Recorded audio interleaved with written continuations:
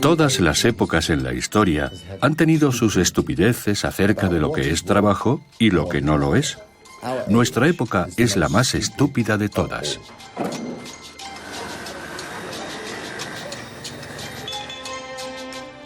Usamos tecnología digital para reforzar los mismos sesgos extractivos y automatizadores del industrialismo, pero ahora lo hacemos con esteroides digitales. Una de las cosas más extraordinarias que ha emergido con la pandemia de coronavirus es que nos ha mostrado que nuestra vida laboral no mejora nuestra vida. Al contrario, reprime a la persona que querríamos ser.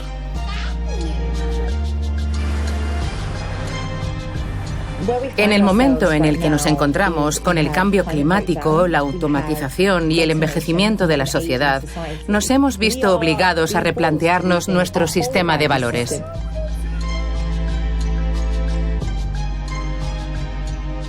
Pocos dicen en su lecho de muerte, ojalá hubiera pasado más tiempo en la oficina.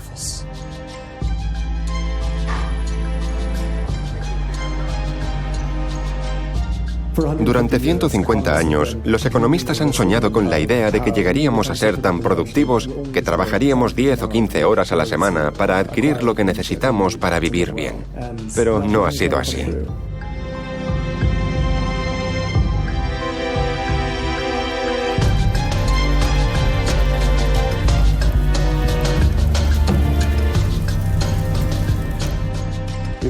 Si nos remontamos a nuestro pasado de cazadores-recolectores, descubrimos que entonces trabajábamos 2 horas, 3 horas al día, y ni siquiera era trabajo. Hacíamos cosas durante 2 o 3 horas al día que nos permitían sobrevivir y que formaban parte de nuestra vida cultural. Probablemente nos encantaban y disfrutábamos cazando y recolectando. Después de todo es lo que hace la gente cuando tiene tiempo libre y dinero. Los ricos van a cazar y a recolectar. El 5 de noviembre del año 1217, 2 cartas constitucionales fueron selladas en San Pablo por el rey, que tenía 10 años. Una era la Carta Magna y la otra la Carta del Bosque. La Carta del Bosque fue la primera carta medioambiental, la primera carta que reconocía el derecho de todos a la subsistencia y a acceder a las materias primas que les permitieran trabajar. Y fue una legislación muy subversiva. Decía, estos derechos serán para siempre.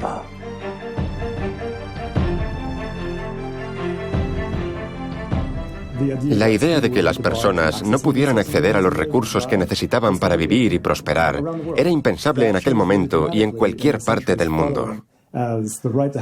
Eso cambió cuando se violó el derecho a la vivienda.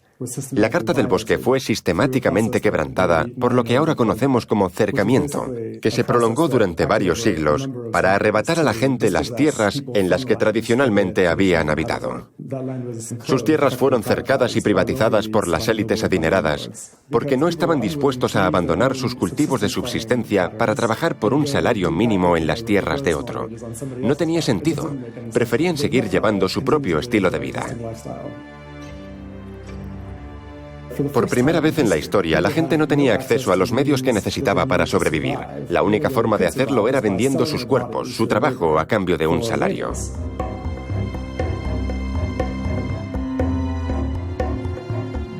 El trabajo en sí mismo, el empleo, es algo bastante reciente. Los seres humanos solían crear cosas que intercambiaban y vendían.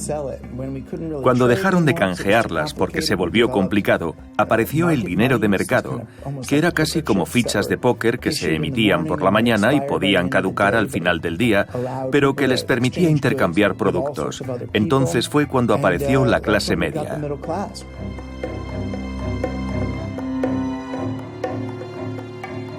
A medida que el pueblo se enriquecía, la aristocracia relativamente se empobrecía. Así que ilegalizaron el comercio y establecieron lo que llamaron cédula del monopolio, que significaba que solo estaba permitido hacer negocios en determinado sector si tenías autorización real. De ese modo, un zapatero que fabricaba zapatos y los vendía en el mercado, ahora tenía que trabajar como empleado de la Compañía Real de Zapatos de Su Majestad y viajar o irse a vivir a la ciudad. Así, en lugar de vender el producto que había creado, vendía su tiempo. En realidad, esa fue la primera vez desde la esclavitud en la que contrataron a trabajadores para construir la torre del reloj en la ciudad medieval. Fue entonces cuando nació el empleo.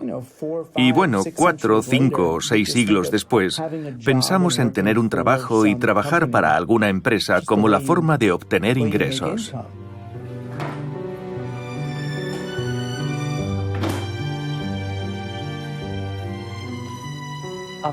Yo había trabajado en pubs, cafés y restaurantes. No era algo que me gustara especialmente, así que pensé en hacerme comadrona. Eso me motivaba.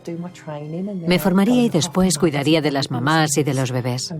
Mi primer trabajo fue en la sección de cardiología y enseguida empecé a hacer turnos de 12 horas. Entrábamos a las 7 de la mañana y trabajábamos hasta las 9. Yo tenía 12 pacientes a mi cargo. Era mucho trabajo, aunque tenía ayuda. No me ocupaba sola de todos. Pero el trabajo de una enfermera cualificada es de gran responsabilidad. Recuerdo el caso de un hombre joven que empeoraba poco a poco. Nosotras teníamos que cuidarle y explicar a los familiares que no estaba bien, y ellos escuchaban, pero él no se recuperaba. Yo creo que el trabajo de enfermera agota. Todo tiene un límite, y cuando llega ese momento tienes que pedir ayuda. Lamentablemente, el hombre sufrió un paro cardíaco, y entonces solo estábamos los dos en el mundo. Es muy, muy duro. Esa fue la primera vez que tuve que dar malas noticias. Nunca olvidaré cuando su esposa entró en la habitación con sus hijos y tuve que decirles que había muerto.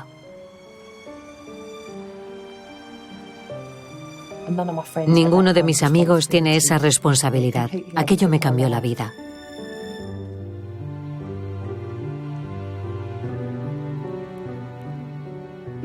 Inevitablemente, empiezas a dudar de ti misma y te preguntas, ¿aún soy capaz de hacer este trabajo?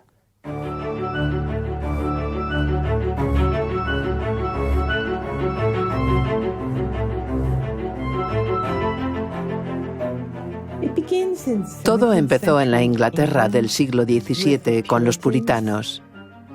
Fueron ellos quienes inventaron la ética del trabajo. No les preocupaba especialmente la producción o la acumulación de riqueza como un fin en sí mismo, sino la salvación. ¿Trabajas sin descanso de una manera disciplinada para realizar la voluntad de Dios en la tierra? Eso significaba que tenías que elegir una ocupación especializada y dedicarle toda tu vida. Y sobre todo, no perder nunca ni un minuto de tu tiempo. Si te sorprendían parado un momento y de repente sufrías un ataque al corazón o en ese instante te caía un rayo, el hecho de que no estuvieras trabajando mucho era una señal de que la fe te había abandonado. Y lo que entonces te esperaba era la condenación eterna.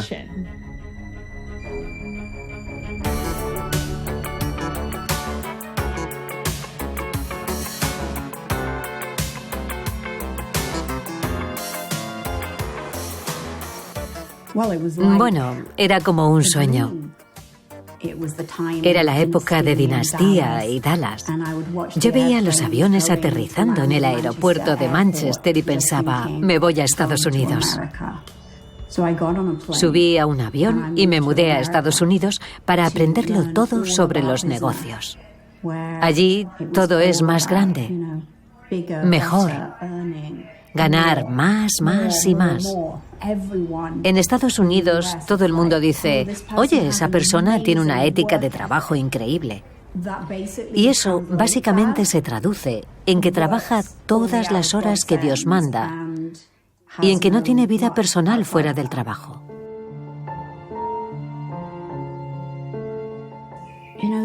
Los fines de semana, yo estaba allí trabajando sola.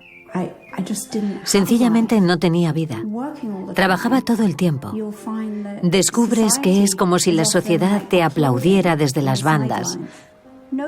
Nadie te dice: oye, ¿sabes lo que estás haciendo? ¿Por qué estás tomando estas decisiones?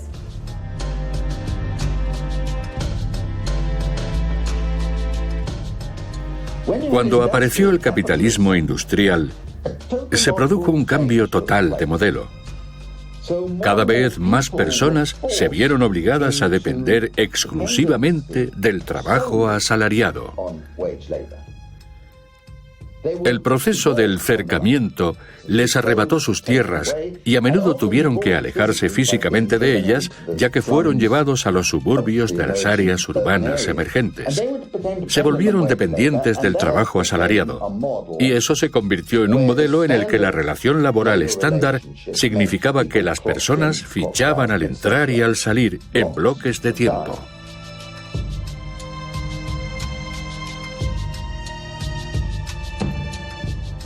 El principal cambio que se produce cuando pasas de una economía en la que generas valor a una economía en la que vendes tu tiempo es que los seres humanos comienzan a ser considerados por su valor de utilidad.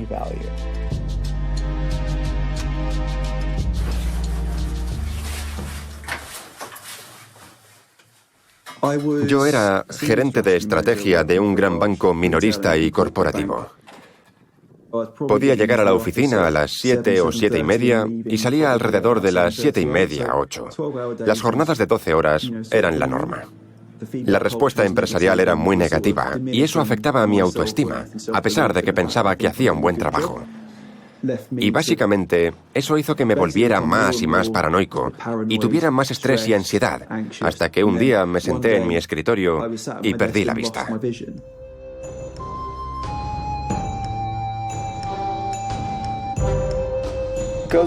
Todo ocurrió en el mismo momento, el final del feudalismo. Además del monopolio autorizado, se creó la moneda central. Los monarcas decretaron que quien usara otra cosa que no fuera ese dinero moriría. Y eso es lo que hacían, los mataban. Hubo guerras por eso. Cuando alguien quería hacer una transacción, tenía que pedir un préstamo con intereses en la moneda autorizada. Y eso significaba que devolvías más dinero del que habías pedido prestado. Pero ¿de dónde salía ese dinero extra? Del crecimiento económico. Eso funcionó bien para las potencias coloniales porque podían ir a África, a América, coger esclavos, apoderarse de sus cosas y seguir creciendo. Y así seguimos creciendo, hablo de Occidente, justo hasta el final de la Segunda Guerra Mundial, hasta que todas las colonias comenzaron a independizarse. Y cuando se independizaron, tuvimos que buscar otra forma de seguir creciendo. Y lo hicimos mediante el consumismo. Teníamos la televisión, que avivaba el deseo de consumir de la gente, y de ese modo pudimos construir más fábricas y dar empleo a más personas. Y mientras tuviéramos suficientes vertederos para tirar la basura que estábamos adquiriendo, la gente podía seguir comprando.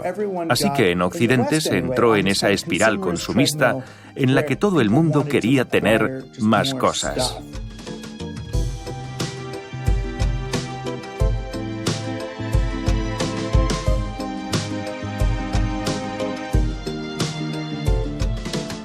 Pero en ese periodo de tiempo increíblemente breve, entre la década de 1940 y la actualidad, nos hemos transformado en seres completamente diferentes, con un conjunto de aspiraciones totalmente nuevo, que supuestamente deberían llenar un vacío en nuestras vidas.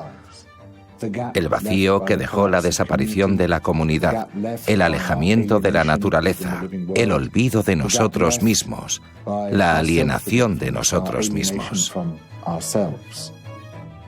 Esta alienación, en parte, se origina en nuestra visión consumista del mundo. El consumismo es la ideología invisible que rodea y define nuestras vidas. Es la sopa de plástico en la que nadamos, porque nadamos en ella aunque no la veamos. No la reconocemos como una ideología, no somos conscientes de que es una ideología construida.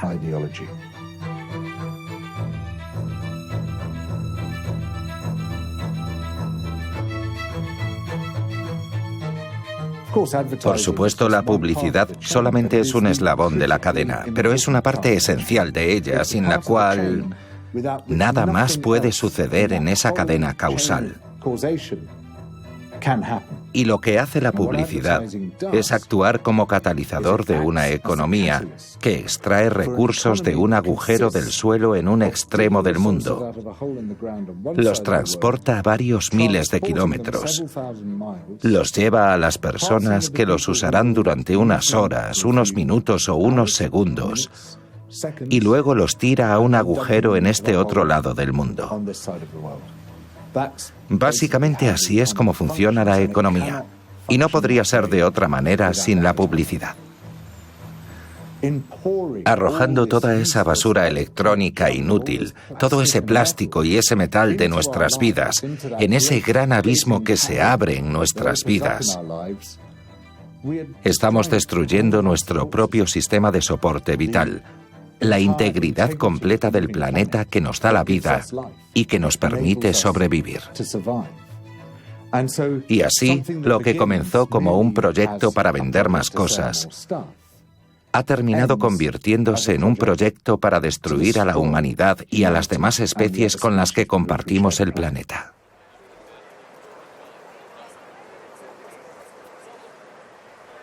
Abrí los ojos y seguía viendo doble, pero esta vez era el ojo derecho el que no podía enfocar. Era como si estuviera a punto de perder el conocimiento. Fui al hospital y me dijeron, esto lo ha causado el estrés y deberías poner una solución, porque solo puede ir a peor y ya es bastante grave. Yo pensé, vale, ¿y si hablo con mi jefe y le digo, oye, en realidad yo no soy así? Lo que más me impresionó fue que en lugar de ser receptivos y comprender cómo había llegado a esa situación tan grave, su respuesta fue, bueno, no queremos en nuestro equipo a nadie que no desee estar aquí o que pensemos que no es capaz de hacer el trabajo.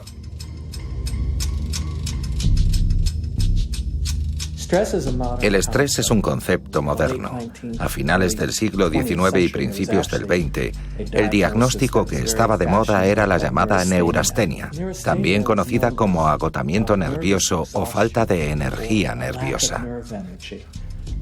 Existían tratamientos realmente estrafalarios, como conectar electrodos al paciente para recargar sus nervios, lo que también se llamaba cura de reposo. El término moderno no apareció hasta la década de 1980. La expresión estoy estresado no entró en nuestro lenguaje hasta principios de los 80, lo cual es interesante porque fue entonces cuando comenzaron las políticas económicas neoliberales de Margaret Thatcher y Ronald Reagan. Es un buen retrato de nuestra economía capitalista moderna y como individuos tenemos que aprender a adaptarnos a ella.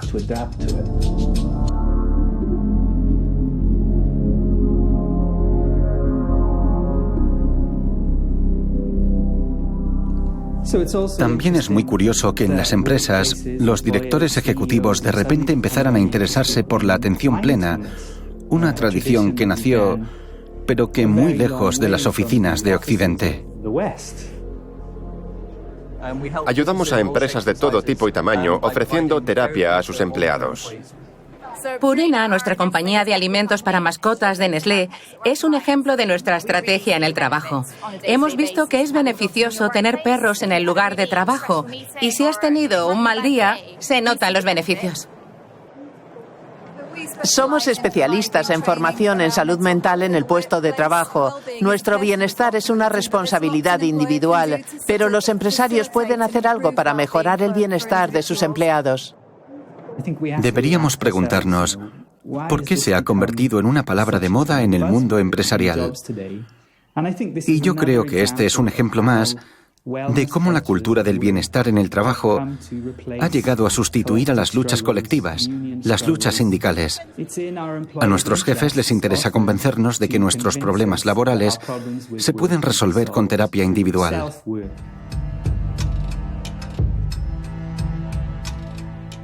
El tiempo es dinero. Esa frase que tantas veces repetimos a comienzos del siglo XXI, en realidad la pronunció Benjamin Franklin hace 250 años, en el amanecer de la era industrial. La idea es que cuanto más rápido eres, más dinero puedes ganar. Primero conquistó los lugares de trabajo y producción, pero con el tiempo ha impregnado todo lo que hacemos. Y así hemos terminado intentando hacer más en menos tiempo y en cada momento del día. En el lugar de trabajo o en casa con nuestros hijos, cuando se supone que deberíamos jugar. Cada momento es una carrera contra el reloj. Muy bien, ¿tenéis más preguntas? ¿Algún otro plan para el día? El trabajo se apoderó por completo de mi vida. Trabajas de 7 a 9, haces turnos mixtos de días y de noches, de mañanas y de noches, y vuelves a casa el domingo por la mañana. Duermes 2 o 3 horas, lo suficiente para pasar el día. Metes a los niños en la cama y luego desapareces. Y después vuelves al trabajo el lunes. Terminas acostumbrándote a los turnos. El mundo de la enfermería ha sido siempre así. Y cuando recibes tu sueldo piensas que debería haber algo más por la cantidad de horas que has hecho y por tu entrega.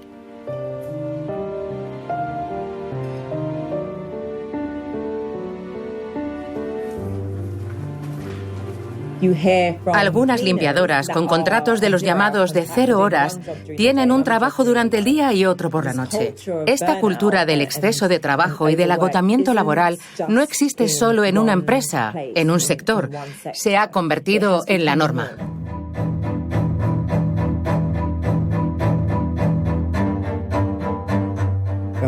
En Estados Unidos, todos los vecinos tienen un cortacésped. Todo el mundo tiene una quitanieves. Todo el mundo tiene su propio coche. Al principio parecía buena idea, porque la gente trabajaba y ganaba dinero y así podía comprar cosas a otras personas.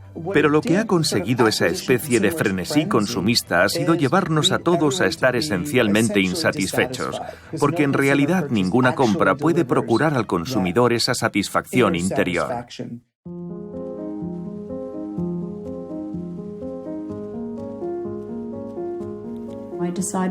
Decidí crear mi propia empresa, mi propia marca de complementos de moda.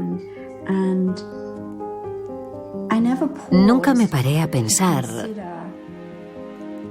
por qué estaba haciendo lo que hacía. Yo me sentía obligada a trabajar cada vez más y más. La gente se refiere a ello como adicción al trabajo. ¿Pero sabe realmente cómo es esa experiencia? Yo no podía parar. No me daba cuenta de que me estaba destruyendo a mí misma. Porque estaba enfermando. Nunca me recuperé.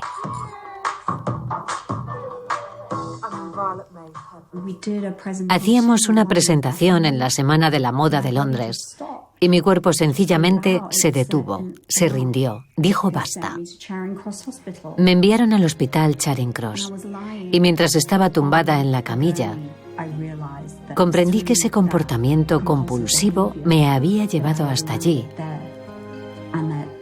y que tenía que cambiarlo.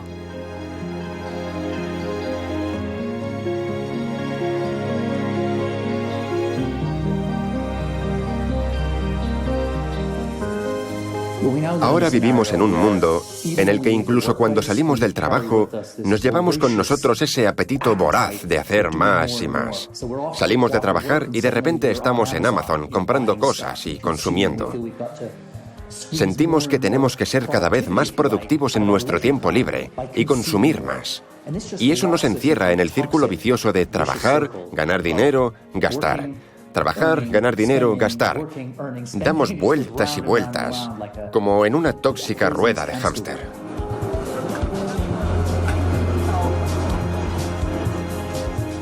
Si tienes que revisar tu correo electrónico para responder a los clientes o hacer lo que tu jefe quiere que hagas, estupendo.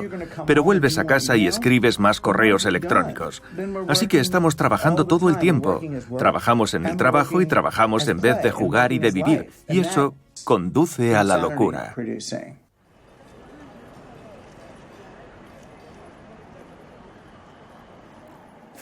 El tiempo libre bajo el capitalismo no es algo que realmente seamos capaces de usar.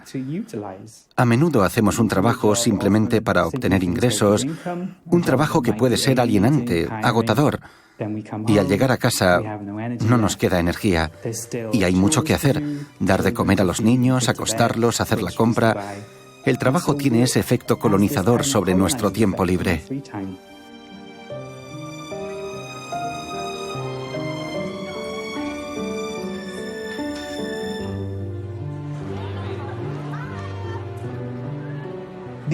Lo interesante es que, a pesar de que avanzamos en la era digital, seguimos utilizando ese modelo de control extractivo de la era industrial. Y aunque la gente decía que la digitalización cambiaría el capitalismo y la economía y actuaba como si fuera una especie de revolución, no es así. Es un movimiento reaccionario en el que usamos la tecnología digital para reforzar el mismo tipo de sesgos extractivos y automatizadores del industrialismo, solo que ahora lo hacemos con esteroides digitales. Ahora he vuelto a vivir en casa de mis padres, con mi madre. Supongo que volver a estar en la misma situación que cuando tenía 18 años puede considerarse un gran retroceso, porque creo que mucha gente envidiaría lo que yo ganaba.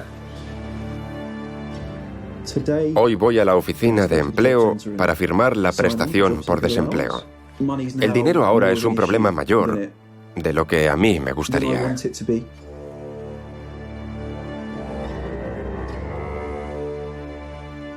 He pasado gran parte de mi carrera analizando el mundo laboral. Y la paradoja es que la mayoría de ese tiempo lo dedico a estudiar cómo nos afectan los aspectos negativos del empleo, como el estrés laboral, la inseguridad laboral y el acoso laboral. Y a menudo la salud mental de las personas sin trabajo es peor que la de la mayoría de la gente que lo tiene.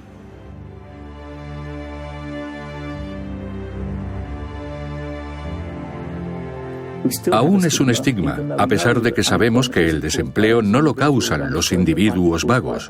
Puede estar causado por los banqueros con sus restricciones crediticias, etc. Pero solo es un aspecto de lo que hace que el paro sea una experiencia tan negativa, que afecte tanto a la salud mental. La gente echa de menos esa rutina y compartir objetivos con otras personas.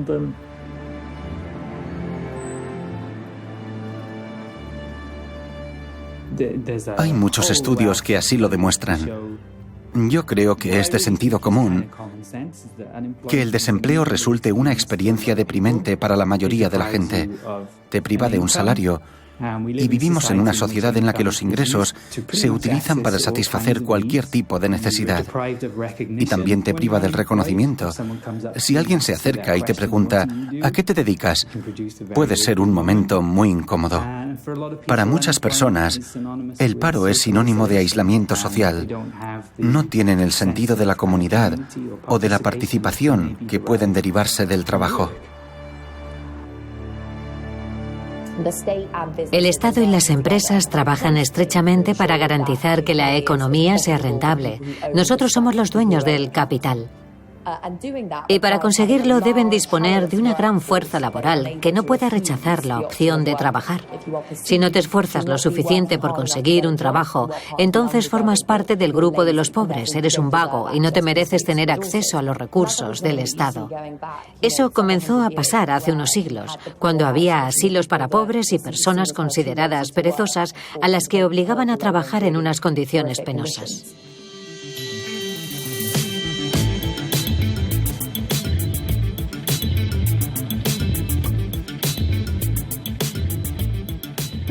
Vemos noticias que salen todos los meses en los medios de comunicación diciendo cosas como ¿qué haremos en el futuro cuando los robots hagan todo el trabajo y nosotros no tengamos ya que trabajar? Cuando escucho eso pienso, bueno, no seremos tan afortunados, porque en realidad el principal objetivo de la automatización no es que tengamos más tiempo libre. El objetivo es hacer que la producción sea más eficiente para que las empresas obtengan mayores beneficios. Las empresas se benefician reemplazando a los trabajadores humanos por máquinas, porque éstas no necesitan descansos ni están sindicadas. La razón por la que no vemos que la automatización se traduzca en una reducción drástica de las horas de trabajo es porque ese no es su principal objetivo.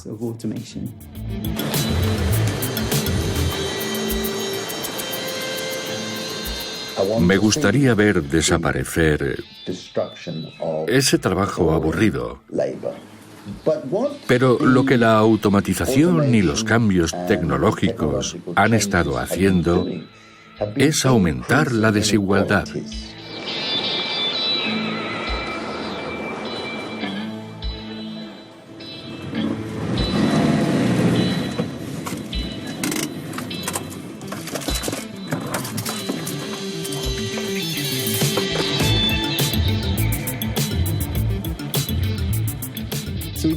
Hablamos de un problema de exceso de trabajo, pero no es solo un problema cultural, una especie de adicción al trabajo o un lavado de cerebro ideológico para que la gente se obsesione con el trabajo. Esto es un problema económico. La gente trabaja demasiado porque tiene que ganarse la vida. El conductor de Uber que conduce los 7 días de la semana no lo hace porque culturalmente le hayan lavado el cerebro para trabajar tanto, sino porque tiene que hacerlo. Es interesante que Keynes pensara que a estas alturas tendríamos una semana laboral de 3 días y que el progreso humano se mediría trabajando menos y teniendo más tiempo, más vida. Pero ahora, especialmente en el Reino Unido, la gente invierte el doble de tiempo en ir al trabajo a diario que en el resto de Europa. Esos desplazamientos en automóvil o en otros medios de transporte suponen un coste muy alto en carbono y un gran impacto. Reducir la semana laboral tendría un impacto positivo en el clima y permitiría mejorar el aspecto humano. Pocos dicen en su lecho de muerte, ojalá hubiera pasado más tiempo en la oficina.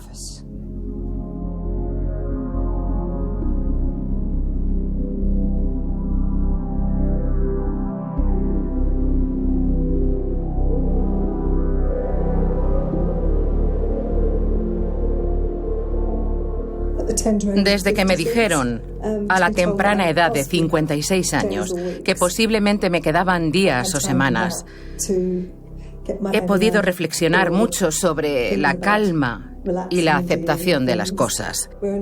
Ahora vivimos en una sociedad en la que tener un trabajo es mucho más importante que disfrutar de tu tiempo. Y ese tiempo nunca lo recuperas, sobre todo con los niños, que crecen muy deprisa y cambian muy rápido, y te pierdes momentos cruciales. Simplemente te pierdes lo más importante. Cuando ves a esas mujeres tan guapas y elegantemente vestidas con tanta prisa, significa que están muy ocupadas, que lo importante es ganar dinero sin vivir. No puedo hacer esto, según ellas, porque tengo una cita de trabajo, una fecha de entrega o preparar una reunión. Es una situación imposible. Creo que la gente no se da cuenta hasta que es tarde.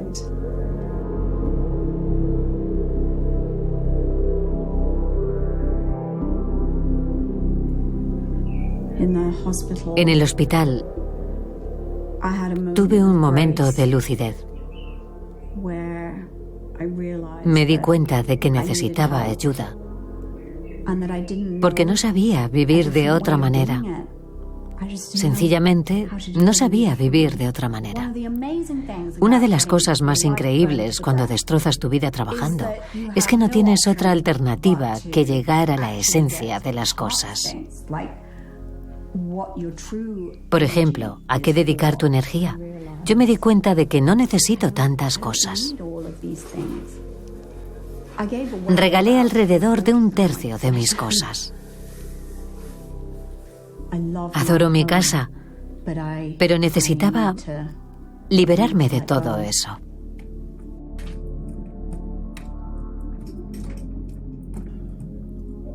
La gente está muy preocupada por el desempleo tecnológico, por la idea de que las tecnologías de la automatización reemplazarán a los trabajadores humanos en ciertas áreas del mercado laboral. En esa situación, en la que el trabajo no funcionará como mecanismo de distribución de ingresos para todos, necesitaremos otra forma de conseguirlo, y una manera de lograrlo podría ser la renta básica universal. La renta básica universal es una política que establece el derecho a que cada ciudadano disponga de suficientes ingresos para vivir. No tienes que hacer nada para tener derecho a ella. Sería la misma para todos y estaría garantizada.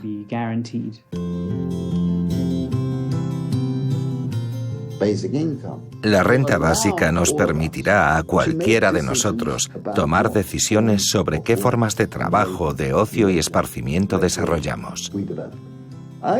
Yo podré dedicar más tiempo a cuidar a mi abuela anciana, por ejemplo. Podré dedicar más tiempo a cuidar de mi hijo pequeño y pasar más tiempo ayudándole con sus estudios y demás. Uno de los beneficios de la renta básica universal es que nos libera de la presión económica que tenemos cuando tomamos decisiones sobre dónde trabajar y cuánto trabajar. Con el respaldo de la seguridad económica, podríamos tomar esas decisiones de una manera más autónoma y racional. Recientemente hemos constatado en algunas investigaciones qué sucede cuando la gente trabaja menos horas. Y efectivamente hemos podido comprobar que la salud mental de las personas sin empleo es peor. El trabajo une, proporciona una rutina, ofrece experiencias valiosas y evita que nos preocupemos demasiado. Son muchos efectos positivos, pero eso se puede conseguir trabajando un día a la semana. A partir de ahí, no parece haber ninguna diferencia. El trabajo no beneficia, pero tampoco perjudica hasta las 40 horas semanales. Eso nos da una imagen positiva de cómo podría ser el futuro si tuviéramos voluntad política para llegar a eso.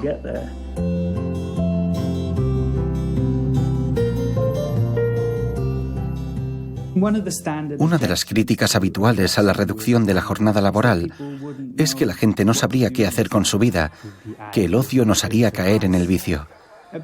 Una objeción importante a esas críticas es que nunca hemos experimentado el tiempo libre de la forma en que los autores utópicos lo imaginaron, que no sería como el que tenemos ahora, sería un tiempo libre con los recursos adecuados. Un tiempo libre en el que una variedad de actividades ajenas al trabajo serían consideradas valiosas y útiles. Sería un tiempo libre en el que surgirían nuevos tipos de espacios sociales.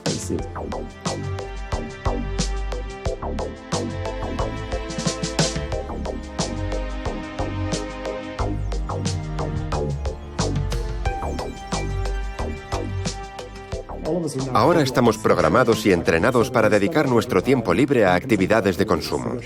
Vamos de compras o de vacaciones a los lugares que se anuncian en el metro. Y será crucial que, a medida que avancemos hacia una sociedad más orientada al ocio, reconsideremos qué es el ocio. Puede que implique hacer más cosas por nosotros mismos. Aprender a limpiar nuestras casas, a cocinar, a cultivar un huerto, a arreglar los muebles o incluso hacer nuestros propios muebles, cosas así. Creo que es muy importante que existan unos servicios básicos universales.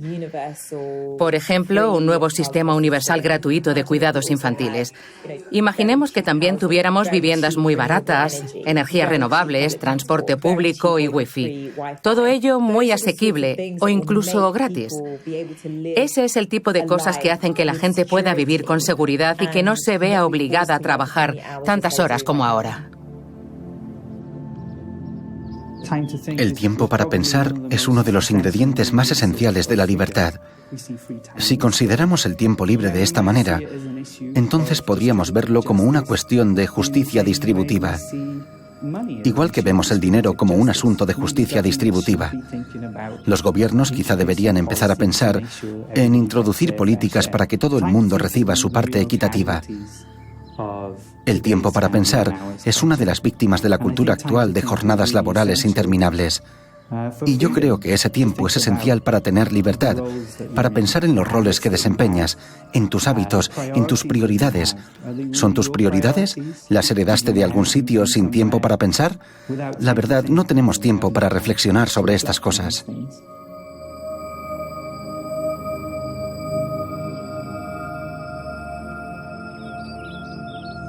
Todas las culturas tienen tradiciones para parar. La tradición judeocristiana tiene el Sabbat, un día de descanso, de pausa o de oración.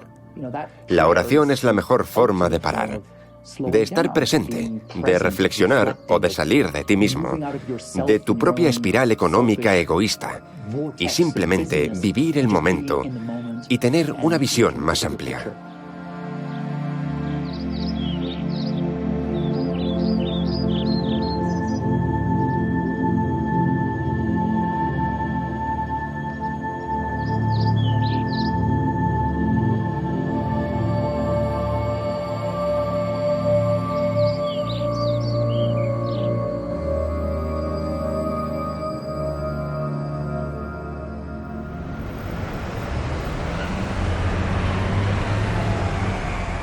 Si nos preguntamos cómo hemos llegado hasta aquí, un factor importante del que no se habla lo suficiente son algunos de los instrumentos y parámetros económicos con los que medimos lo bien que nos va como sociedad. Y por supuesto, uno de ellos es el PIB, el Producto Interior Bruto, que solo es el resultado de sumar todo lo que producimos. Y eso puede incluir armas, por ejemplo, y también las principales formas en que contaminamos el medio ambiente. No es un indicador de éxito, ni es un indicador del bienestar y la felicidad de la sociedad. No es un indicador de la salud de la población o de la pobreza infantil. De hecho, excluye todos esos elementos de la ecuación y lo agrava más porque trata a las personas como robots. Producid, producid. Y cuando vivimos en una sociedad que envejece, en la que debemos cuidar a las personas, ¿qué es la productividad? ¿Que cada día haya más ancianos y les dediquemos menos tiempo? Eso deshumaniza completamente nuestra economía, que ahora mismo está impulsada por un objetivo que nos hace sentir mal.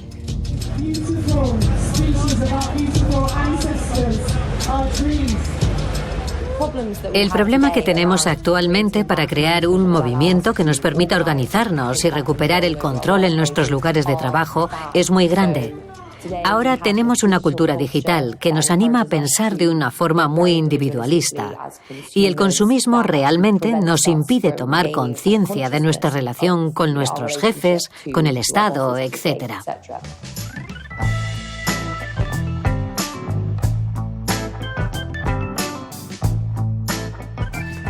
Si vivieras en el sur de Estados Unidos en las décadas de 1940 y 50 y quisieras acabar con el racismo, por supuesto no serviría de nada que te quedaras en casa y no fueras racista.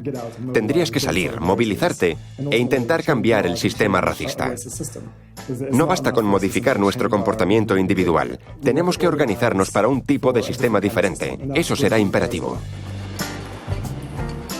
Los países que han tenido éxito reduciendo la jornada laboral no lo hicieron confiando en la elección individual. Lo consiguieron mediante la negociación colectiva. Los grandes sindicatos luchan para que cada año, además de un pequeño aumento de sueldo, se disminuya unos minutos la jornada laboral. Con ese tipo de acciones colectivas como sociedad es como podremos reducir la jornada laboral para que beneficie a todos, no a unos pocos.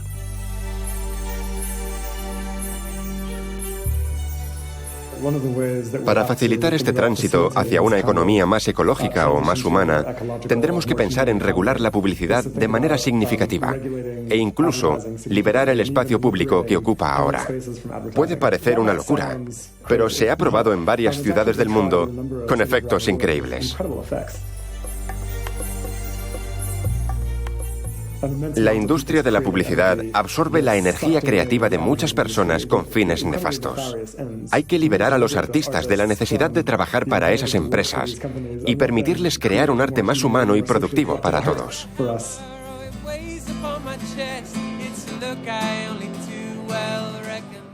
Una de las cosas que he hecho ha sido hablar con muchas personas que decidieron dejar de trabajar o reducir radicalmente sus horas de trabajo.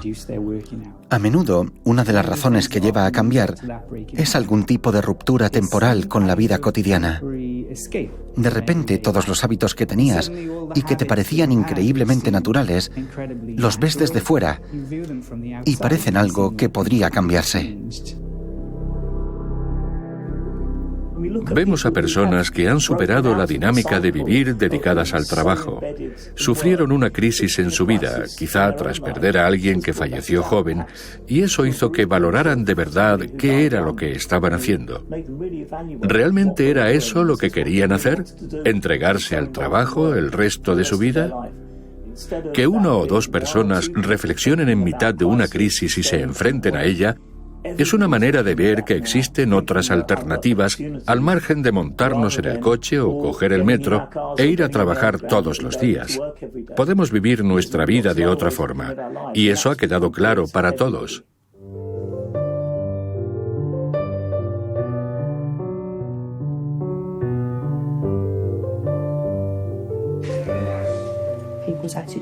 La actitud de la gente hacia nosotras, las enfermeras, ha cambiado. Ahora, cuando conozco a alguien, me pregunta por mi trabajo, por lo que pasa en los hospitales. Siempre es la primera pregunta que me hace la gente. De repente nuestro trabajo es objeto de atención. Creo que nadie entendía realmente lo que hacíamos en los hospitales. Y el COVID cambió nuestra vida laboral. Seguimos trabajando en el servicio de urgencias, así que hemos estado haciendo muchas más noches y fines de semana, y eso nos afectó notablemente. También tuvimos que decidir si regresar a casa. Durante 3 o 4 meses, algunas de mis compañeras solo vieron a sus hijos de lejos. Tuvimos que tomar esa decisión como familia para intentar protegernos de la mejor manera posible. Aún así, volvíamos a casa cada noche para vernos. Tuvimos que tomar una decisión crucial. Tampoco teníamos alternativas. O cuidábamos de ellos, o nadie los cuidaría. Otra cosa que hemos descubierto durante la pandemia es quiénes son realmente los trabajadores esenciales. Y resultó que los trabajadores clave generalmente son aquellos a quienes llevamos mucho tiempo menospreciando.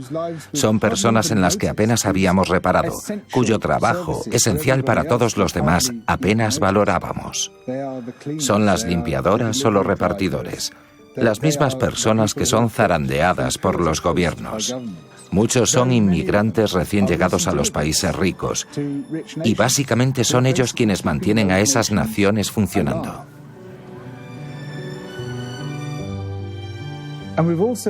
También hemos descubierto que muchos de los trabajos que creíamos que eran esenciales en realidad no lo son. No son tan importantes para nuestro bienestar y para que el país siga funcionando. Hemos estado dando valor a los trabajos equivocados.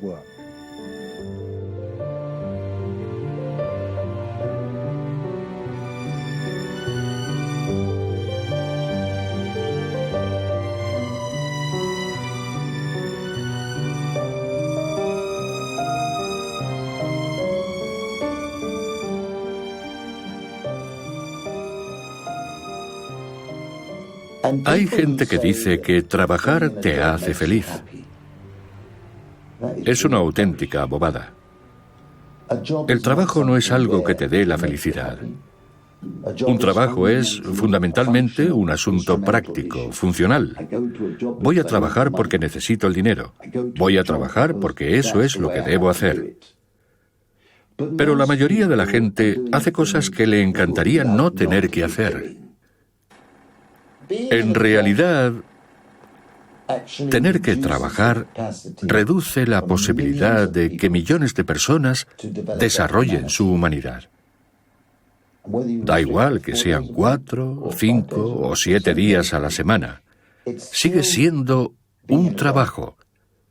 Y creemos que es lo más importante en la vida. Pero no lo es.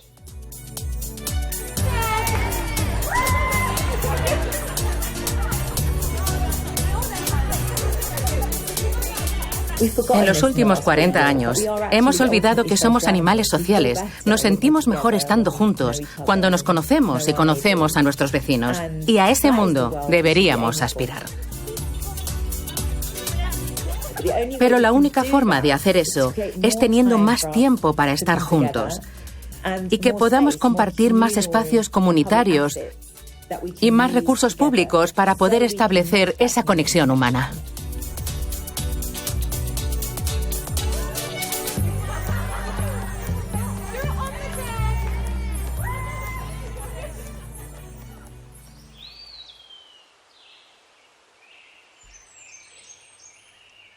Creo que esta es una idea profunda.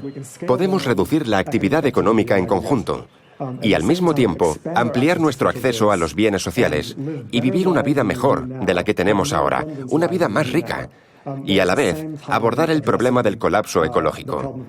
En esa situación, todos salimos ganando.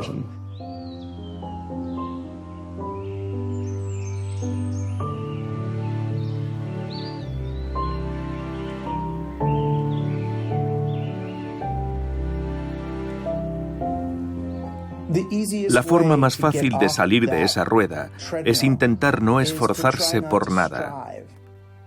La mayoría de las cosas que hagas intenta hacerlas por tu propio bien. Si lo haces por otra razón, nunca llegarás a ninguna parte. Porque no hay ningún sitio al que llegar, solo pensar, vale, ahora mismo estoy vivo.